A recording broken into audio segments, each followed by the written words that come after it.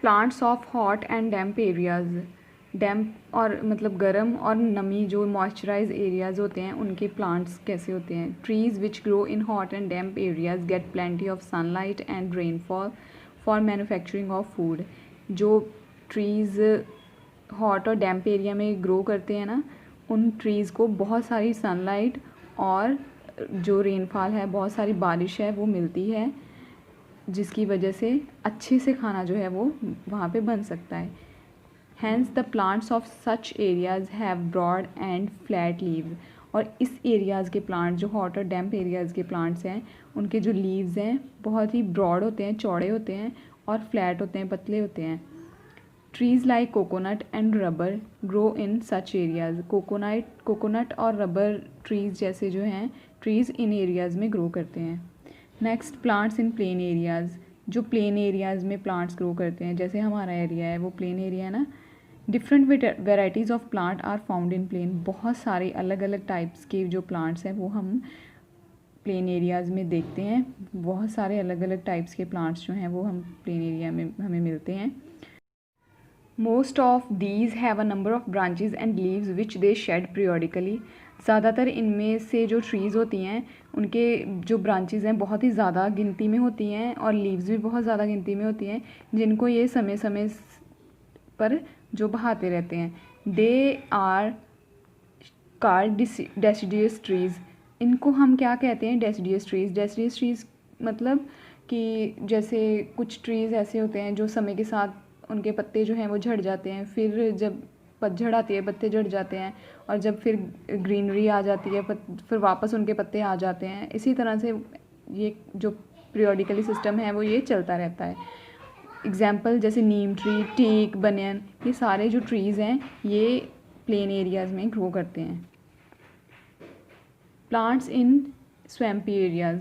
Swampy areas में जो plant grow करते हैं। Swampy and marshy areas have sticky and clayey soil. Swampy और मार्शी एरियाज़ में कैसी सॉयल होती है वहाँ पे? जैसे चीकनी मिट्टी होती है ना, उस तरह की सॉयल होती है और बहुत ही सख्त होती है, स्टिकी होती है। This type of soil does not have air spaces in between. इस तरह की सॉयल में एयर स्पेसिस नहीं होते, एयर के लिए स्पेस नहीं होती, जगह नहीं होती कि एयर उनमें से पास कर सके। As a result it become very difficult for the plants to grow here. इस वजह से यहाँ पे प्लांट्स के लिए ग्रो करना बहुत मुश्किल है। Hence the roots of the trees growing in such areas grow above the ground. इसलिए जो जड़ें होती हैं इन ट्रीज़ की, जो इन एरियाज़ में ट्रीज़ ग्रो करते हैं उनकी जो जड़ें होती हैं वो ग्राउंड के ऊपर होती हैं, ऊपर ग्रो करती हैं। वैसे हम नॉर्मली प्लांट्स में देखते हैं कि जड़ें जो हैं ग्राउंड के अंदर होती हैं और प्लांट जो है वो ग्राउंड के बाहर मतलब ज़मीन के ऊपर ग्रो करता है। लेकिन इस केस में जो स्वैम्पी एरियाज़ के प्लांट्स होते हैं उनमें क्या होता है, जो इनकी जो रूट्स हैं, जो जड़ें हैं, वो ग्राउंड के ऊपर होती हैं, मतलब ज़मीन के ऊपर होती हैं। These roots are known as breathing roots. इन रूट्स को हम ब्रीदिंग रूट्स बोलते हैं। जैसे एग्जाम्पल के लिए हैं mangrove tree. Plants of desert areas. जो डेजर्ट एरिया के प्लांट्स होते हैं, डेजर्ट एरिया मतलब जो रेगिस्तानी इलाके होते हैं वो उनको बोलते हैं desert areas. Desert areas are marked with very little rainfall. As a result, plant adapt themselves in such a way so that they can survive in the severe condition of the desert. Desert area में जो rainfall है, जो बारिश है, बहुत कम होती है क्योंकि वो रेगिस्तानी इलाका है, तो वहाँ पे बारिश कम होती है।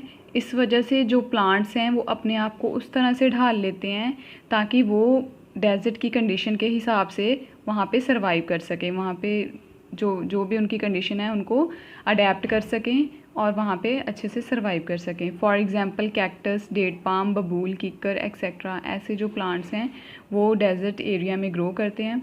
अब जैसे कैक्टस है, कैक्टस की जो लीव्स होती हैं बहुत ही पतली पतली होती हैं, जैसे कांटे नहीं होते बारीक बारीक से पतले से, वैसी होती हैं इनकी लीव्स। और ज़्यादातर हम देखते हैं कि प्लांट्स में लीव्स ही सबसे ज़्यादा पानी जो है स्टोर करती हैं और लीव्स से ही पानी जो है वो बाहर निकलता है। लेकिन इनकी लीव्स इतनी छोटी छोटी होती हैं जिनकी वजह से ये जो कैक्टस प्लांट है ये काफ़ी दिनों तक पानी को अपने अंदर स्टोर करके रख सकता है, ये ज़्यादा वाटर लॉस नहीं करता। ठीक है, क्योंकि पता ही है कि वहाँ पे डेजर्ट एरिया में रेनफॉल कम होनी है तो पानी तो बचाना ही पड़ेगा। उसी तरह से डेट पाम और बबूल ट्री, ये सारे ही इस तरह के बने होते हैं कि ये पानी जो है वो कम लॉस करें। Next, some plants are non green plants. अब कुछ प्लांट्स जो हैं नॉन ग्रीन प्लांट्स होते हैं, जैसे मशरूम, मोल्ड्स वगैरह हमने पढ़े थे ना 5th चैप्टर में। तो अब हम थोड़ा डिटेल में देखेंगे कैसे होते हैं ये। Some plants like mushroom and moulds are non green plants. कुछ प्लांट्स जैसे मशरूम और मोल्ड्स जैसे प्लांट्स हैं, इनको नॉन ग्रीन प्लांट्स बोलते हैं because they do not have chlorophyll, क्योंकि इनके पास क्लोरोफिल नहीं होती। ये इनके प्लांट इनके जो पत्तियां हैं वो जो जहाँ इनके लीव्स हैं वो ग्रीन नहीं होते, जिसकी वजह से इनके पास क्लोरोफिल नहीं होती। Such plants cannot prepare their own food and depend upon the other plants and dead decaying matters for food. इस तरह के जो प्लांट्स होते हैं नॉन ग्रीन प्लांट्स, वो अपना खाना खुद प्रिपेयर नहीं कर सकते, क्योंकि खाना तो वो अपना खुद तब प्रिपेयर करेंगे जब उनके पास ग्रीन लीव्स होंगी, और ग्रीन लीव्स ही हेल्प करती हैं खाना प्रिपेयर करने में। लेकिन इनके पास तो ग्रीन लीव्स होती ही नहीं है, तो फिर ये अपना खाना खुद प्रिपेयर नहीं कर सकते, और ये अपने खाने के लिए दूसरे प्लांट्स पे या फिर जो मरे हुए प्लांट्स होते हैं, डेड डिकेइंग मैटर होते हैं, उन पे डिपेंड करते हैं, कीड़े मकोड़े वगैरह कुछ हो गया, अपने खाने के लिए। Such plants are known as saprophytic plants. ऐसे प्लांट्स को हम सैप्रोफाइटिक प्लांट्स बोलते हैं। Some unique plants. The fungus which grow on bread is also a plant. It is commonly known as bread molds. It is not a photosynthetic plant. जो fungus होती है जो bread के ऊपर ग्रो कर जाती है, जैसे हम जिसको उल्ली बोलते हैं कि उल्ली लग गई ब्रेड के ऊपर, तो वो भी एक प्लांट है, उसको ब्रेड मोल्ड्स बोला जाता है। और इट इज़ नॉट और ये फोटोसिंथेटिक प्लांट नहीं होते, क्योंकि इनका कलर ग्रीन नहीं होता और इसमें फोटोसिंथेटिक की प्रोसेस नहीं होती। The algae which convert the unclean surface is also a plant. It is green in colour and photosynthetic in nature. जैसे एल्गी है, एल्गी कहाँ पे ग्रो करती है? जहाँ पे अनक्लीन सरफेस होता है, मतलब जहाँ पे सरफेस साफ़ नहीं होती, गंदे नाले वगैरह हो गए, गंदे छप्पड़ वगैरह हो गए, वहाँ पे जो ये एल्गी है ये ग्रो करती है, और ये भी एक प्लांट है, ग्रीन कलर की एल्गी होती है। It is green in colour and photosynthetic in nature. ये ग्रीन कलर की होती है और फोटोसिंथेटिक नेचर की होती है, मतलब ग्रीन कलर होने की वजह से ये फोटोसिंथेसिस की प्रोसेस को फॉलो करती है।